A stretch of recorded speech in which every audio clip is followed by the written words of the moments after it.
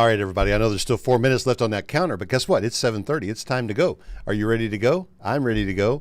I like to start things on time and try to end things on time. So welcome, everybody, to February 4th meeting of the Flipping America RIA, a national RIA with a local focus. We're glad you're here. If you're watching on YouTube or Facebook right now, thank you for joining us. Feel free to put your comments in the comment lane, and I've got a window here where they'll pop up, and if I've tried to situate it so I'll see your comments when they come in, and we can respond to them. If you have questions, put the questions in the comments there, because I know a lot of you are going to have questions for Will as we go along. If you're watching on the Zoom call right now, plan to put your questions in the Q&A box. Make sure you use the Q&A, because I've got 5 control screens for Ecamm and 3 control screens for Zoom. There's a lot of screens for me to look at here. I will not see things rolling by in the chat. So if you'll put them in the Q&A box, though, they'll get my attention, and I'll make sure we get your questions answered before we get off here. Okay, fair enough? Great. In the chat, I do want you to say hello to everyone. Say hello to each other. And I'm going to give, is Chip here? Yep, Chip's here. I'm going to give away a $300 course tonight. And in fact, I've got a double bonus tonight. And Chip, help me remember this. Lana, are you on the call too? Lana is here too. Lana's going to help me remember this. All right. Here's what we're going to do. Somebody's going to pick a number between 1 and 100 that's closest to the number that Chip is texting me right now. We're going to do the random number drawing, and I'm going to give that person my free, well, it's not my $300 course, but I'm going to give it to you for free, and it's called Real Estate Investing Quick Start. It's a 30-day course that you might be able, if you're motivated, you could take it in 2 weeks, but it's designed to tell you everything you know to get started investing in real estate and covers all of the basic things that you do. And so Chip texted me a number, which I will not reveal to you, but we do that as a way for you to at least have some assurance we're not rigging the contest. So here's what you do. In the chat, I want all of you to say hello to everyone else in the chat. Make sure that you're typing, that there's a drop down there, and make sure it says to panelists and attendees. And then in the chat, say, hello, everyone. I am, tell us your name, from so-and-so, and tell us what you're doing in real estate. If you're wholesaling, if you're buying bore houses, if you're flipping houses, whatever it is you're doing. If you're buying, skyscrapers, we want to know that too. But or if you're looking to invest money in a deal, whatever it is you're looking to do, put that there. We're here to try to make connections. That's what a RIA is all about. And hello, Amanda. Good to see you out there. Let's see, you're coming to us from, I don't know which one you're watching on, but that's great. Okay. And hello, Lana. Good to see you too. All right. So anyway, tell us where you're from. And Amanda, those of you that are watching also on YouTube and Facebook, if you put in the chat the same thing, if you put your number between 1 and 100 and it's the closest, then you're going to win my $300 course. And the other bonus is everybody on the call tonight is going to get, I've got a brand new course coming out Monday. And it's a course that I've done with Dave Dubow on raising private money. It's just 4 quick lessons, and it can change your life. And we're going to give this to everyone on the call tonight. How about that? Just because you registered for the call, you're going to get it. Now, let's do some announcements. Let me switch over here to the correct screen. Did I switch? No. All right, there we go. Hey, this is what we're talking about tonight, right? You need an accountant, and Will is standing by. He's in the green room. He is seeing all of this, and he's ready and raring to go. And this is next Wednesday at 12:30. I get asked this question a lot. Roger, how do you do all the things that you do? Let me just tell you some of the things that I do. I do an average of 4 real estate closings a week. This has been a light week, only 2. But typically I'll do 4 to 6 real estate closings every single week. These are properties that we're securing somehow or another. And I have a virtual wholesaling company. I have a flipping company. I have the thing doing the courses. We do the RIAs. I do 3 shows a week for the Flipping America show. And I'm shooting video and recording video and emailing and doing stuff all of the time. And people say, how do you get it all done? This is the answer right here. This method that I developed for my own use years ago. GMS is real simple. It stands for goals, milestones, and steps. I'm going to break it down for you next Wednesday because so many people ask me all the time, how do I do it? I'm going to tell you how I do it. And I'm going to tell you how you can get your hands on, yes, Amanda, put your random number in the chat right now. And I think Chip will see it. Chip, text me and let me know if you're seeing Amanda's comments there. All right. Onward with the show here. Next Thursday night, a week from tonight, I've got Rod Cleef coming. Rod Cleef has maybe 100,000 followers on social media. He's one of the biggest multifamily buyers in America, and he's an all-around good guy. And I'm excited to have him. He's excited to be here. We're going to talk about buying multifamily, buying apartments. And he's got a course coming up. I don't know if it's going to be live because of the pandemic. It may be online again like it was last year, but he's going to make a special offer to you, and that'll be next Thursday night. All right, Chip, let me know that you see Amanda's number. Her number is 51. Okay. Now, it's time I'm going to introduce something new. I've had the pledge. We do the pledge at all of my live events, but, until the other day, I'd never thought to do it in one of the Zoom calls. So, when we do the live training events, when we were just meeting at, Baranda and having Italian food and talking real estate, we never did the pledge. But we're going to do the pledge, and probably we're going to do the pledge most of the time from now on. This is not a pledge to the flag of the United States. I do pledge my allegiance to the flag of the United States, but it's also okay to pledge something else to yourself. Now, tonight, and I will never hear you saying it out loud, but tonight you don't have to say it out loud. I'm just going to read it to you. And if you find yourself in agreement with it, then next time when we go through this, you can say it with me, all right? I know that's a little corny and lame, but that's the best we can do with the Zoom calls and that sort of thing. What I have done here is I've written a little thing. I wrote this for myself several years ago to motivate myself. And sometimes I need a little pick-me-up. Sometimes I need a little reason to get out of bed when I'm actually kind of tired. And so here it is. Now, I want to tell you, later on I'll break down some of these other pieces, but the piece I want you to be thinking about as we get into this, because it'll mean something to you in just a minute, is a principle that comes from weightlifting, weight training. When you're weight training, the way to build muscle mass is to do everything that you can. Go to the point of extreme muscle exhaustion. You got to have a spotter helping you at this point, because after you can't do any more, you do another rep or two, and your spotter is helping you. If you can get part of that last rep on your own and the spotter has to help you finish, then you try another one until your spotter is basically doing the rep for you. And you've gone beyond the point of exhaustion. You've given all that you've got and then even more. And then you take a day rest, and when you come back, that next rep is going to be a little bit easier. So next time, your all is more, and you'll hear that again in just a moment. So here's the pledge. When I look in the mirror, I see the reason, the credit for my successes, the blame for my failures. I cannot make it without my team, and I tell them often. But when they succeed, it's because I chose well and I led well. When they fail, it's because I did not choose or lead well. I am the reason. I may have setbacks, but I cannot fail if I don't ever give up. You got circumstances, I got circumstances, we all got circumstances, but you won't find me under mine. In other words, never say to someone, how you doing? Well, I'm fine under the circumstances. Don't be under them. My situation will not dictate my emotion. My circumstances will not control my results. External forces will not take away my power to choose. I cannot change the world, but I can change me and the way I relate to it, so I charge on. I am the reason. I have a massive vision, which creates massive pressure, leading to massive action, which is the only chance I have to achieve massive results. The world doesn't owe me success. God doesn't owe me success. No one but me is going to work for my success. Therefore, no one will work harder for their success than I will for mine. I will give my all and then a bit more, so tomorrow my all will be more. And that's the pledge.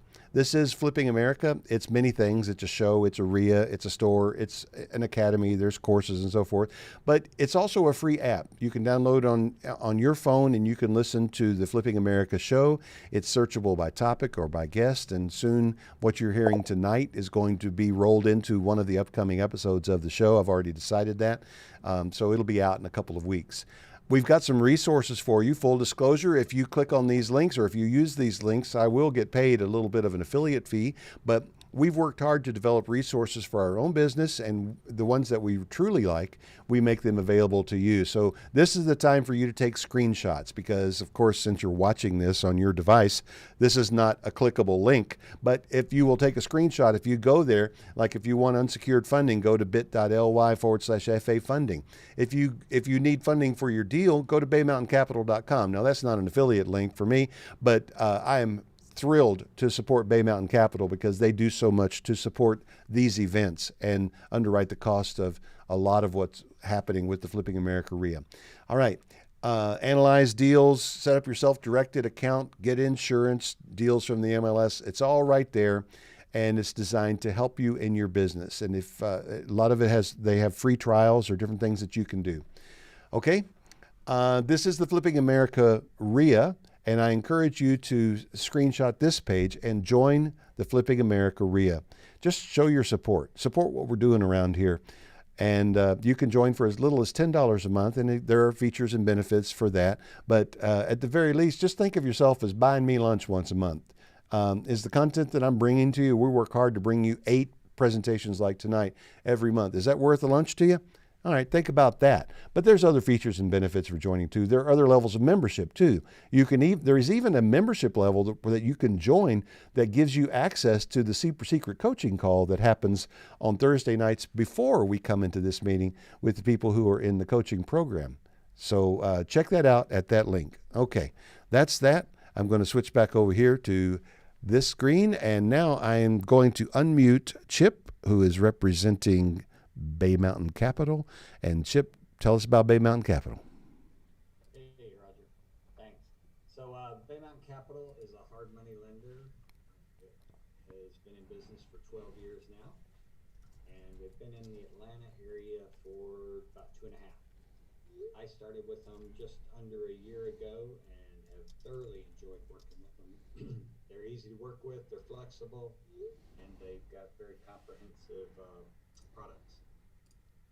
All right, so right now, if you're an experienced investor, we can fund 100% of your fix and flip, the purchase and the rehab, up to 75% of the after repair value. Interest rates can be between 9.9 and 10.9%.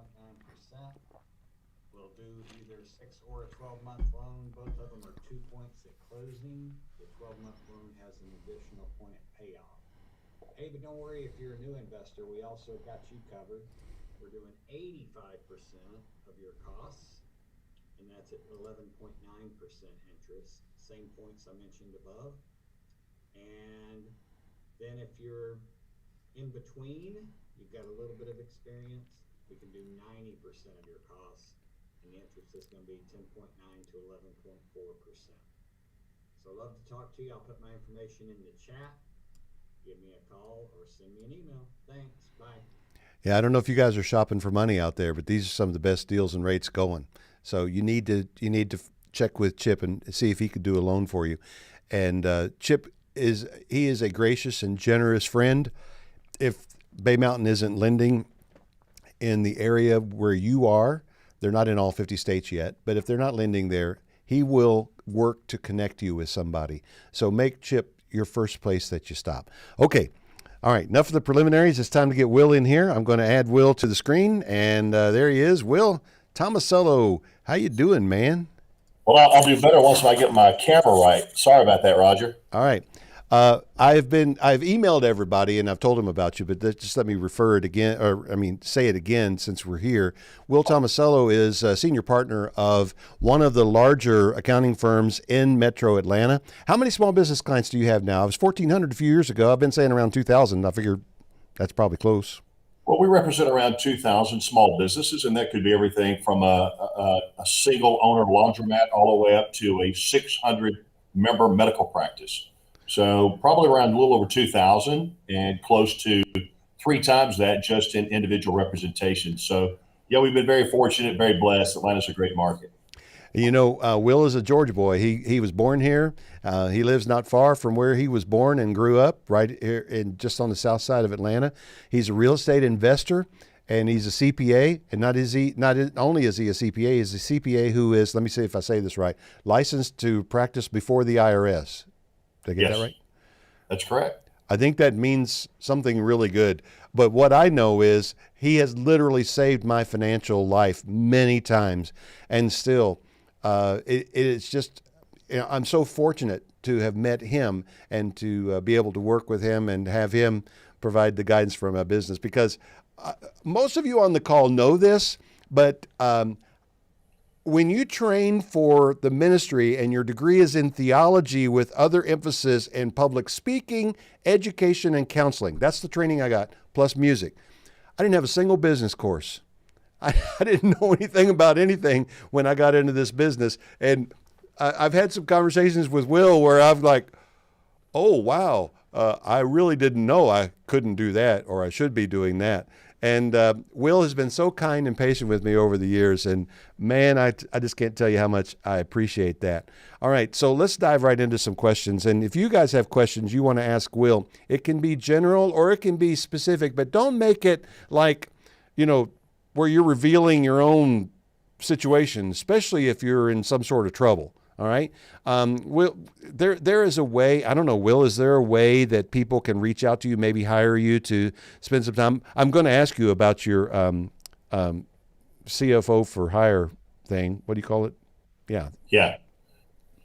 Yeah. Everybody nowadays seeks out the help of a counselor, not just personal, but also business. And our industry is actually migrating and changing daily. And one of the things that more businesses needing is simply having access to someone who has a business background, just to spitball things with and see if they make sense. What are the tax consequences and what are the legal ramifications? All right, now let's hit you with some questions, because in this business you have a lot of people who are do-it-yourselfers.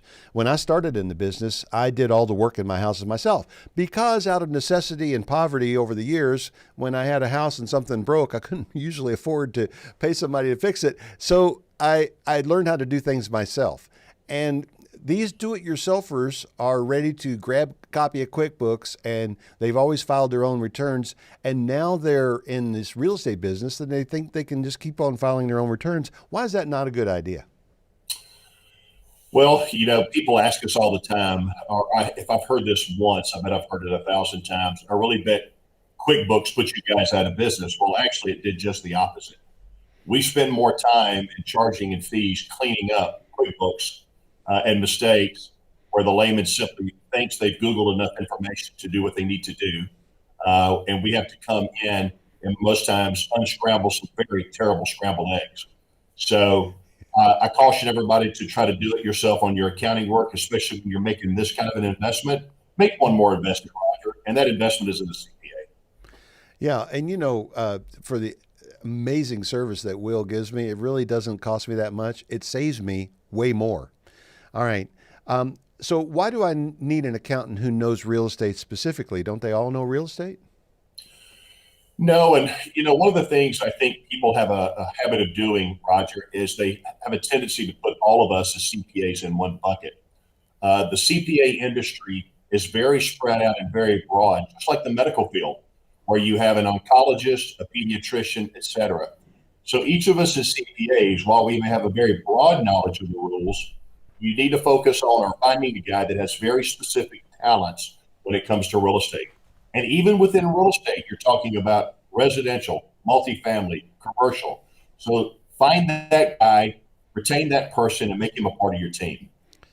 Yeah, which is what I did, and I'm so glad I did. All right. So let's now. I've already announced that you are a real estate investor as well as a CPA. So, what are the biggest tax advantages of investing in real estate? Well, the biggest reason that most of us went into real estate, and I'm a huge fan of real estate, Raj. I've been a big fan of yours for years, is the fact that real estate is a fixed commodity. And unlike the stock market, which, as we all know, is a big casino, it's the one area that you can control in your life. And you can see the outcomes of your effort. But obviously, the biggest reason most of us jump into it, quite frankly, is the tax advantages. We're looking for, in most cases, the losses that those properties can throw off, and it can also generate cash flow. So that's really the biggest reason most of us really, quite frankly, line up and jump in this game. Okay. What are some of those tax advantages? Just some of your favorite ones. Well, my biggest, the favorite, and here again, I could talk about single family, and that's a whole 2 hour show, or multifamily or commercial. But on the commercial side specifically, we actually just finished up a meeting here with a large developer in Atlanta. One of the big things that we will talk about later in the show is cost segregation. But the benefit of cost segregation is what we call accelerated depreciation. It's the ability to accelerate depreciation that is otherwise very slow to come our way over the life of an asset. So that's kind of my favorite. It's something we'll talk about in more detail in just a minute. No, let's talk about it now, man, because you're on it, and it is a wonderful thing. So, talk about what is cost segregation. So let me give you a little backdrop to cost segregation for a minute, because in the late 80s, early 90s, the IRS picked up on the fact that a lot of us were moving into real estate. So the IRS, anytime they sense that we as investors and taxpayers are trying to gain an edge, the IRS and Congress are very quick to enact rules and laws that slow you and I down. One of the attempts by the CPA community was we were looking for a way to gain an edge and advantage, not break the law, an advantage. One of those things is that we wanted the ability to go in and take certain elements within a commercial property and depreciate them over a much smaller life than what the IRS otherwise allowed. Let me give you an example. If you bought a $10 million building and it was sitting on a $1 million piece of dirt, so the net value of the structure itself was $9 million, under the old rules, the IRS would force you to depreciate it over 39 and a half years. Well, the deduction would be just next to nothing, comparatively speaking, to the investment. So under a landmark tax case several years ago, the IRS lost. And as a result of that loss, it allows you and I to go in and take the components of that building, things like cabinetry, carpeting, parking lot, striping, security systems, and all of the interior components that make up the non-load bearing walls of the building. None of which are going to last 40 years. And in most cases, we can depreciate them over anywhere from 5 to 10 years. So we can accelerate a large portion of that building over a short amount of time. Yeah. Now, the IRS pushed back against us as a investor community, and they tried to put the squash on that rule. But there have been several cases, and I won't cite them here, but there have been several cases where the taxpayers have prevailed. And you think about it in these terms, Roger. If you're a commercial landlord and you have 5 tenants in your building, a standard lease could be anywhere from 36 months to 72 months. So every time a lease expires, as the landlord, I've got to go in, I've got to totally tear out everything I've already got in there, and I got to rebuild it out. Yep. So the IRS was trying to force me to depreciate every one of those build outs over 39 and a half years. Well, that's insane. I'm losing the economic impact or the economic advantage that I would otherwise gain by just leaving it alone. So we won a big battle, and that's why cost seg is important. Can you also expense those, though? Oh, absolutely. And in some cases, under what we call bonus depreciation rules, we can actually expense the entire cost in 1 year. But that's why you need a CPA, because you got to understand what the rules are. Right. All right. Now, I still remember the first year I did my tax return after I bought my first rental properties, and I learned about depreciation because, like I said, I'm not stupid, but I was inexperienced and unaware.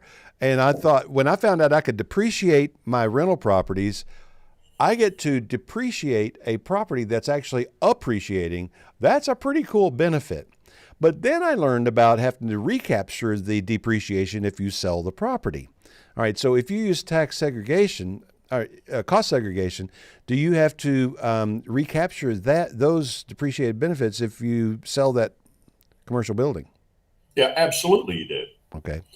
But the hope is that if we are an aggressive investor, we will have another property coming online where we will be taking additional depreciation to help offset against those gains that we may otherwise be triggering on the sale of the original property. So here is a takeaway for everybody about this. If you're doing something with this level of complexity, you need to know the implications of selling the property. It's not just what you're going to put in your pocket. And guess what? You need to talk to your informed, knowledgeable CPA about the implications and what you're going to have to recapture. That's true of any rental property, but especially the high dollar, the more expensive multifamily and commercial and that sort of thing. All right. So let's back up to specific tax situations. We have some people on the call that are just beginning in real estate, and some that are actually in my mentoring program and just getting ready to start making their first offers. And talk about the difference between flipping a couple of houses a year while you have a W-2 job versus doing it full time. How is that taxed differently? So, and I'm assuming, Roger, that you're addressing just mainly single family residents. Yeah, let's just talk about single family for the moment.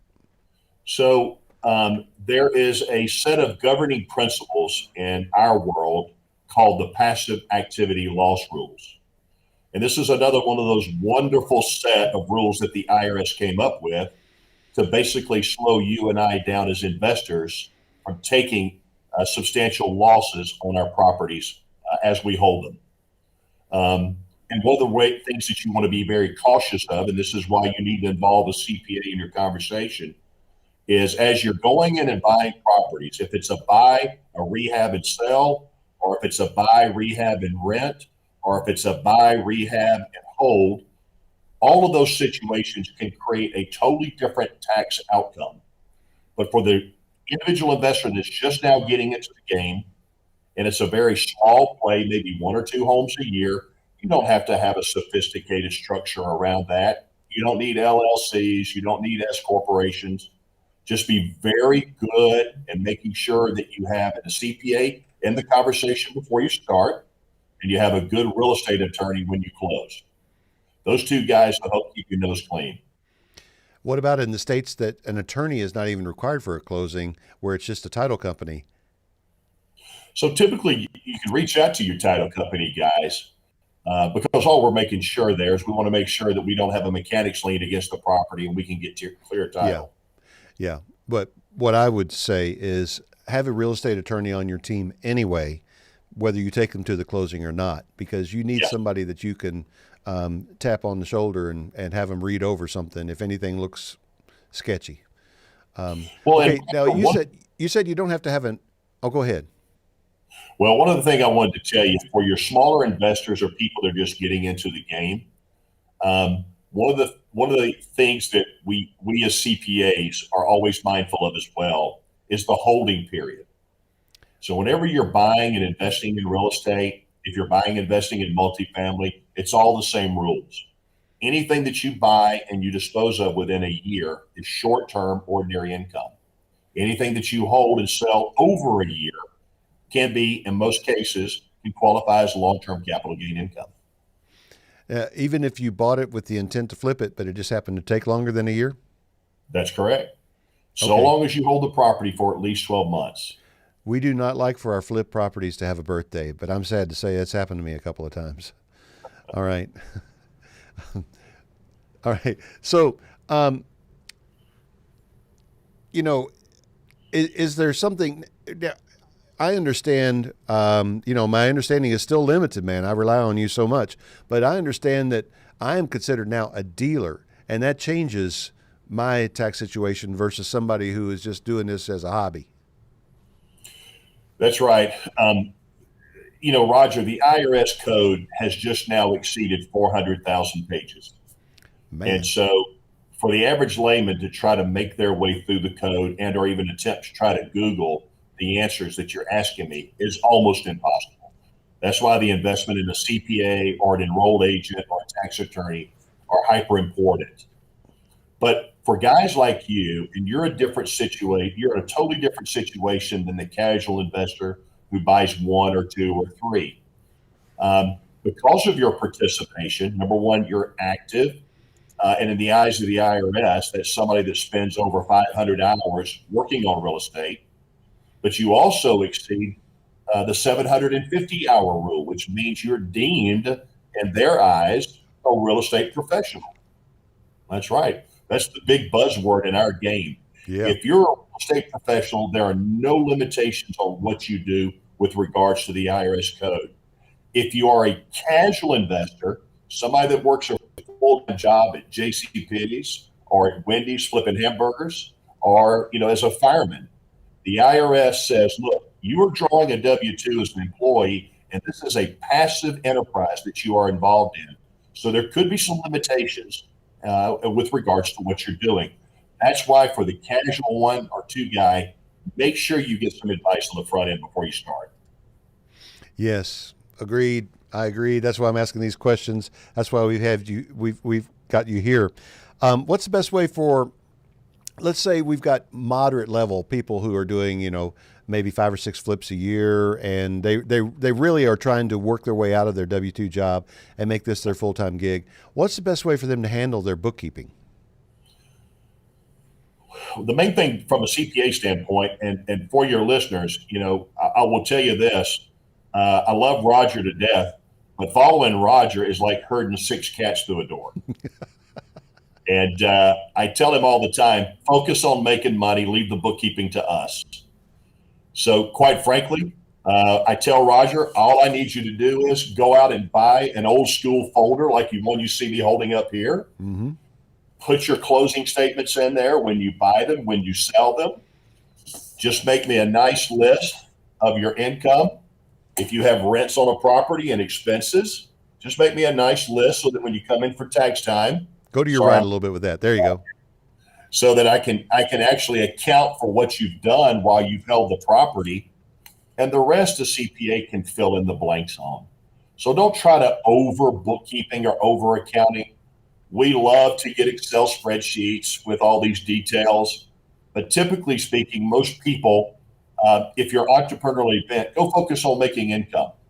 Put all that information together, let your accountant or if you've got a good local bookkeeper, let them sort through the pieces, but give it to them in very good, clean format. Yep.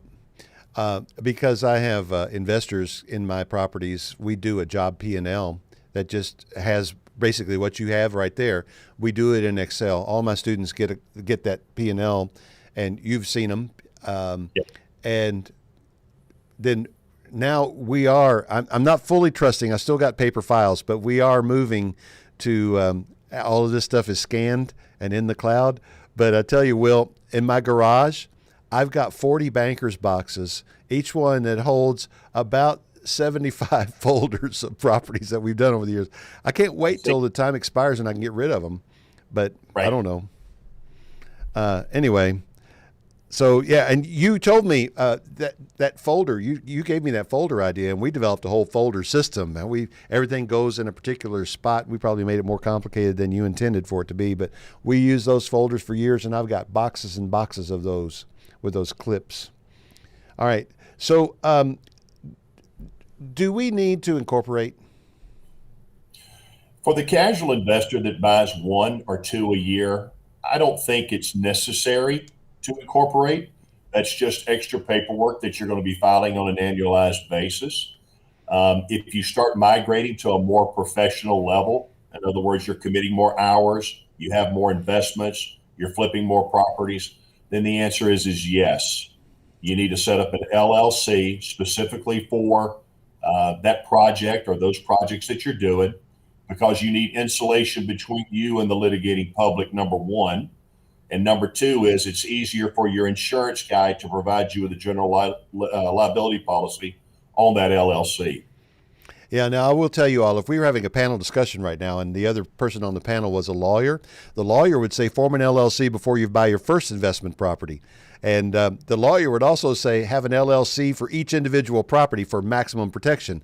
But the accountant's going to say, dude, you got to file a tax return on every one of those LLCs. So maybe not. Hey, Roger. Yeah. Yeah. Trust me, as a CPA, we would love for you to set up multiple multi-member LLCs because that's going to drive your fees through the roof. The fact of the matter is, and the advice that I've always given you is keep it simple, stupid. KISS. Don't overthink it. Don't over account it, and don't over lawyering it. CPAs and attorneys, we live in a paranoid world, so we're always going to tell you that as a precautionary measure. Yeah, well, And I do believe in the idea of having your investment properties in an LLC that you run properly to shield yourself from the litigating public, as you said. Now, I have a specific question. This was said by some lawyers who were guests on the show last year. They told me that in terms of asset protection, if you have multiple LLCs that are single member LLCs and the single member of that LLC is a dual member LLC, then the only entity that needs to file a tax return is the dual member LLC. That's correct. That's awesome. Yeah. Anytime you have a single member LLC, it's what we call a disregarded entity. So the income and the expense, whatever that activity may be, it flows through to that dual member LLC. All right. So that's good. I wanted to confirm that with you before I enacted that as a plan in my own life. But there's a way to hold assets. Now, when it comes to, we've been doing some seller financing. I told you about this last time we met, buying these houses and seller financing. And a couple of questions around that. And now Candace Crawford has a question that's in the Q&A. She said, just started with Roger in the BOR. This is the buy, owner finance, and resale. That's what we're calling these houses. Before I closed on my first deal, it was recommended by my accountant to do an installment sale to spread the income across the duration of the note, if I'm understanding that correctly. What are your thoughts? No, it's a great idea, especially if you can get a good spread on the rate. So let me explain that. So if you buy a property and you're borrowing your money at 4%, but you can sell to an individual and you can charge them 8%, you got a 4-point spread on your money. Yeah, she's paying cash.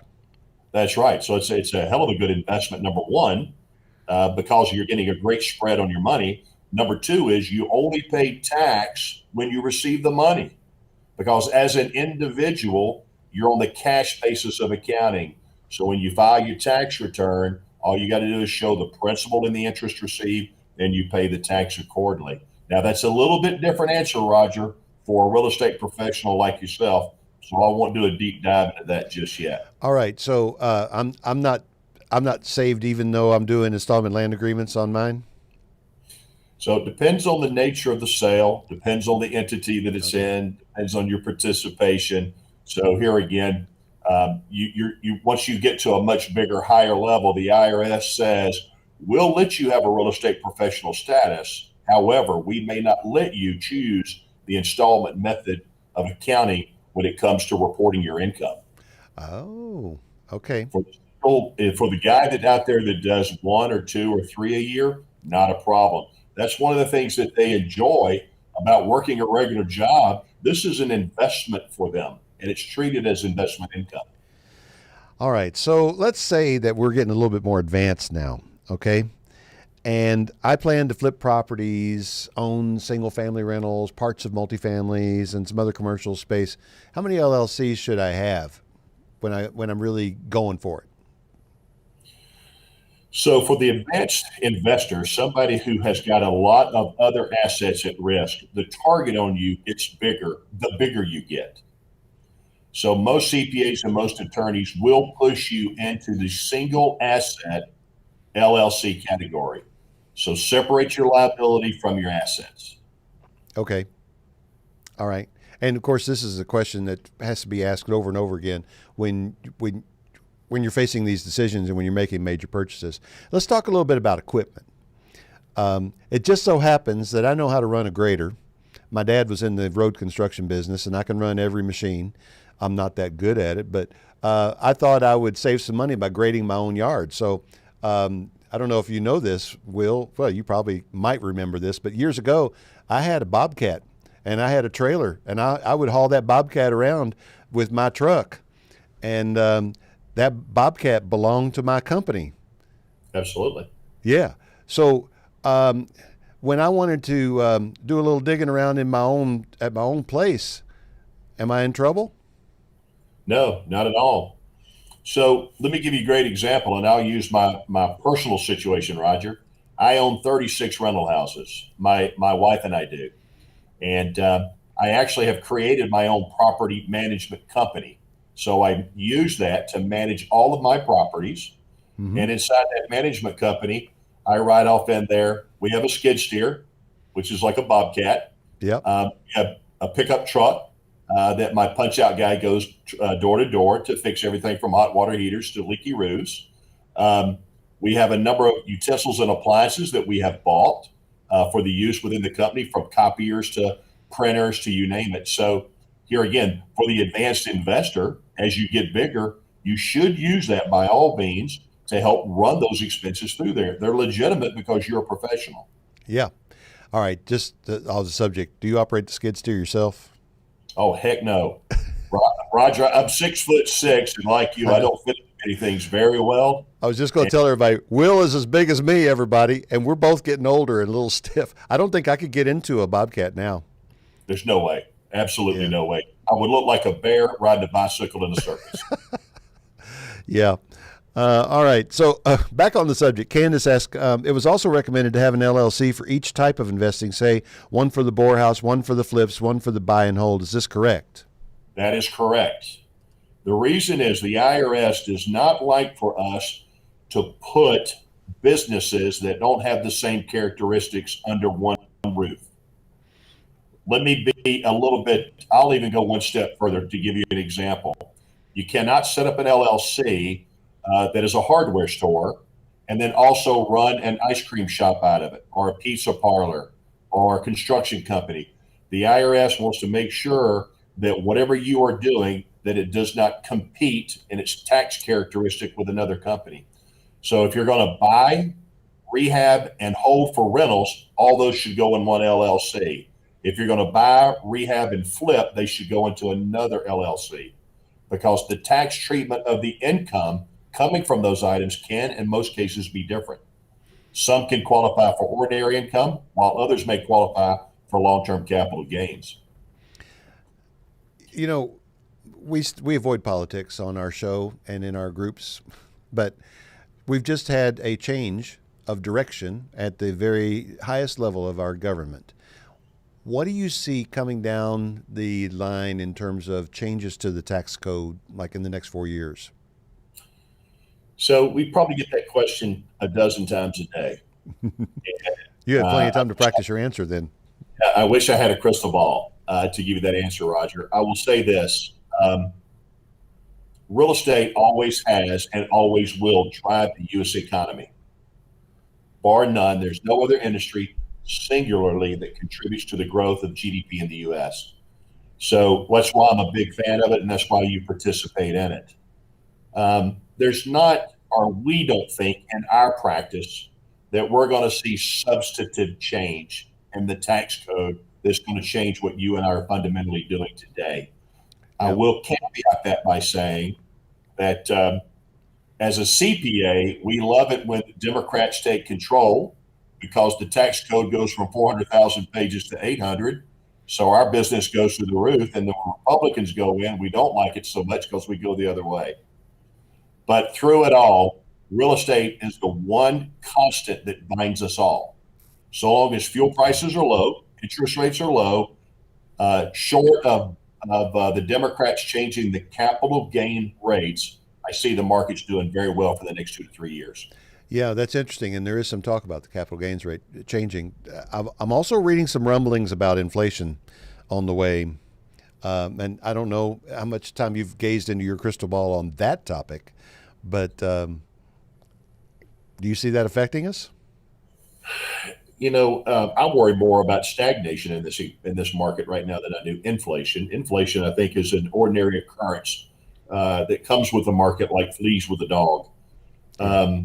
It's going to be interesting, quite frankly, over the next 2 years. I will say this, because I do get this asked quite a bit. People say, "Hey, Will, just kind of curious, do you see us heading into a recession?" Well, I firmly believe, as most of you guys do, that, and it's been proven, that typically the U.S. economy follows a 7 to an 8 year cycle, where when we get to the 8th year, we see a slow dip, and then we see growth coming out the backside. Well, coming out of the 08-09 Great Recession, Roger, we followed about an 8 year track before we saw this recovery. I don't think the housing market fully recovered from the Great Recession until 2016. So my partners Yeah. and I in our real estate group, we don't think we're going to see a change in the real estate market till 2023, 2024. I hope you picked up on that. Yeah. I don't think the housing market recovered until 2016. Yeah, yeah, and I'm in agreement. I mean, I was there. We were buying and flipping and very active, and I thought we were well on our way in 15, and 16 is probably when we would all agree we're back. Now, there's no way you would know this, but I just had on the show a week ago Logan Mohtashami from Housing Wire, and he is their lead financial analyst and market analyst. And this guy, he lives with charts and graphs. He has thousands of them on his websites. And he says there is no way the housing market is going to do anything but prosper over the next couple of years at the very least, because all of the market fundamentals say there's only one direction this can go. It can't crash. And Well, yeah, and go ahead. Roger, there's one thing that can alter that outcome, and that is fuel prices. If oil, which oil touches every aspect of the construction business, from the truck that delivers plywood to the actual creation of an LVL beam to shingles, every product either has fuel or petroleum in it, or it's driven by petroleum. So if fuel prices maintain, if they don't suffer the indignity of major inflation, I think we're going to see a strong market for the next 24 to 36 months. Yeah, I don't know if I would even call it inflation with the fuel prices. It's just we've the government has changed direction. We've already canceled the Keystone pipeline, and it wasn't finished yet. And there are a couple of other pipelines that may get shut down. And gasoline prices are already going back up. But I remember paying $80 to fill up my car, a car with gas. Granted, it takes premium fuel, but that wasn't too long ago, and I was doing okay in the real estate business. I think what I'm really trying to imply here is what the federal government does really doesn't affect us as long as we know what's coming, at least a little bit ahead of time, and we can adjust our buying habits and what we pay for properties based on that, right? So capital gains may be changing. What about the limitation on deductibility of property taxes? They're talking about maybe eliminating that. That was a limitation put in by the Trump administration, where a $10,000 cap. So the $10,000 cap specifically applied to a primary or a secondary. Not really investing, but investment, right? The bigger thing that we may be looking at is a limitation on business interest expense that you have on your properties or other holdings. So if there's going to be a pushback, we may see a little bit there. We're already seeing it right now, but quite frankly, I don't know that we're going to see a substantial change that's going to affect what you do today. I just want somebody to pass a bill to put the entertainment deduction back in there. Yeah. Excuse me. I inhaled a little bit of that Mountain Dew. All right. If you guys have questions for Will, this is the time to put them into the Q&A, or if you're watching on the internet, put them into whatever comment box you've got there, and we will see them, because I'm about to the end of my questions with Will. But hadn't this been great stuff, y'all? Now, I want to ask you a little bit about CFO for Hire. This is a program that I didn't know about until the last time I was with you, but tell us about it. Well, it's in recent weeks, we've seen a new phenomenon within the stock market. The Reddit guys, we have a whole new generation entering the stock market who are trying to, if you will, make their mark on the markets by going up against the big guys. Well, similarly, the same thing is happening in real estate. We have a number of people, because of the flip and flop phenomenon that we see on HGTV and PBS and various Discovery Channel, et cetera, which is great because it brings more people into the marketplace. More importantly, it brings more informed people into the marketplace. So as a result, a lot of people need a little bit of time with someone who actually is either done it or either understands the tax implications. Most people are afraid to reach out to their CPA or their attorney because they don't want to get a bill, but yet they need some assistance. So we formed in our firm, we have what's called CFO for Hire. And so it gives the client access to an informed individual so that you can spitball things with them. And, we're not offering up a lot of tax advice through that process, but sometimes it helps you make some decisions that you otherwise may have moved to inactivity over. Yeah. All right. If now, do they need to be able to visit with you in your offices in Atlanta, or can they join you on a Zoom call for that? Quite frankly, the one thing that the unintended consequence of COVID is what we're doing right now. We have gone to, I would say probably 80 to 85% of all of our interaction right now is either Teams, Zoom, Google, you name it. We got a number of platforms that we use just like you do, Roger. Right. And I see you're not even in your office. You're in your high tech room there at your offices. Yeah, we call this our war room here, where we watch what happens with the tax conferee on the House floor and on the Senate. Yeah, because we're all kind of anxiously waiting to see what's going to happen with. There's guys right now writing tax policy, and we're trying to figure out what is going to come out because, quite frankly, we need that edge. We need to know before it actually gets to Congress for a vote, because we may have to make some decisions based upon that. Oh, that's good. Yeah. All right. So how, if somebody wants to set up a CFO for hire session with you, how do they reach out to you, Will? Well, the best thing to do is just go to our website, and you could, it's www.whtcpa.com. And I'm sure you'll probably have it in one of your follow-up emails going out to your audience. Yeah. I just put it in the chat. Yeah. Just shoot me a direct email. And what we'll do is we schedule a time with our calendar guys. So it's an email is W Tomasello. It's W Tomasello. It's TOMASELLO. It's on the screen, my screen. At W as in William, H as in Harry, T as in Tom, CPA.com. And I just put that in the chat too, so everyone has it. So if you want to talk to Will, and I can assure you it will be an enlightening time. And if you come to Forest Park, bring a little bourbon with you. For the man, he's a bourbon snob, so make it a good brand. And and you'll have a good time talking with Will. All right, Will, you can't see the chat, can you? You can't see the Zoom chat, can you? I can. All right. But what I want everybody to do right now is, whether you're watching online in one of your YouTube or Facebook or wherever, or in the chat, I want you to put some sevens in there. This is the way that we applaud in webinars, and this is the way we show our appreciation for our guests. And so the chat is filling up with sevens. A lot of people are putting a bunch of sevens, and I'll send you the chat record. But everybody's loving you and thanking you and appreciating you. And man, I love you. I appreciate you. You've done me so good over the years and taught me so much. It just excites me that we're able to get you on the call. And if you want to do that 2-hour call about single family issues or whatever, I would love to have you back. And I know everybody else would too. Oh, absolutely. Let me know. Just let me know, Raj. Just don't call me on April 14th. Yeah, no. We tried to get you early before things really get heated up, and then we'll get you sometime after you've had your 2-week vacation after April 15th. All right. Fantastic.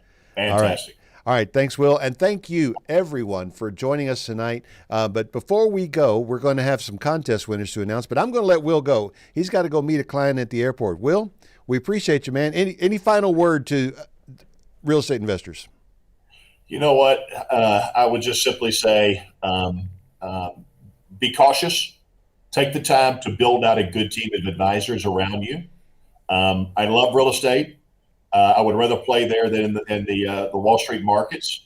And let's all hope we have some good tax policy coming our way in 2021 and makes it fun for all of us. All right. Thank you, Will. We appreciate you, man. We'll talk soon. All right. All right. We are back now, and it's just us. And that was good, wasn't it?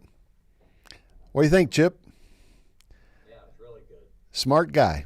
All right. Now, we've got a lot of people here on the call, and we've had a bunch of them put some entries in here. You can never choose the number 7 because we get lots of 7s in here. But the number that you chose was 40. And do we have a winner? I chose Oh no, that's right. No, Chesley Charles. Sorry, that I was looking at. I was texting you some numbers while we was talking. The number that you chose was 36. 36. So All right, Zeke Shlomi, I hope I'm saying that right, Shlomi. was the closest. One off. All right, Zeke. Okay. All right, Zeke, you'll hear from us tomorrow with a code to take the course. And then when I get the rest of the private money course loaded up, all of you are going to get it for free. And thank you for being here tonight. And I just want to say thank you for taking time to join us. It's a real privilege to associate with all of you, and I appreciate you coming out. And I hope that you enjoyed the content as much as I enjoyed bringing it to you. We'll be back next Wednesday. I'm going to talk to you about how to get stuff done, organizing your life, setting up your daily calendar, making sure that you're really going after the important goals and achieving them in your life. And then next Thursday night, Multifamily with Rod Cleef. We'll see you.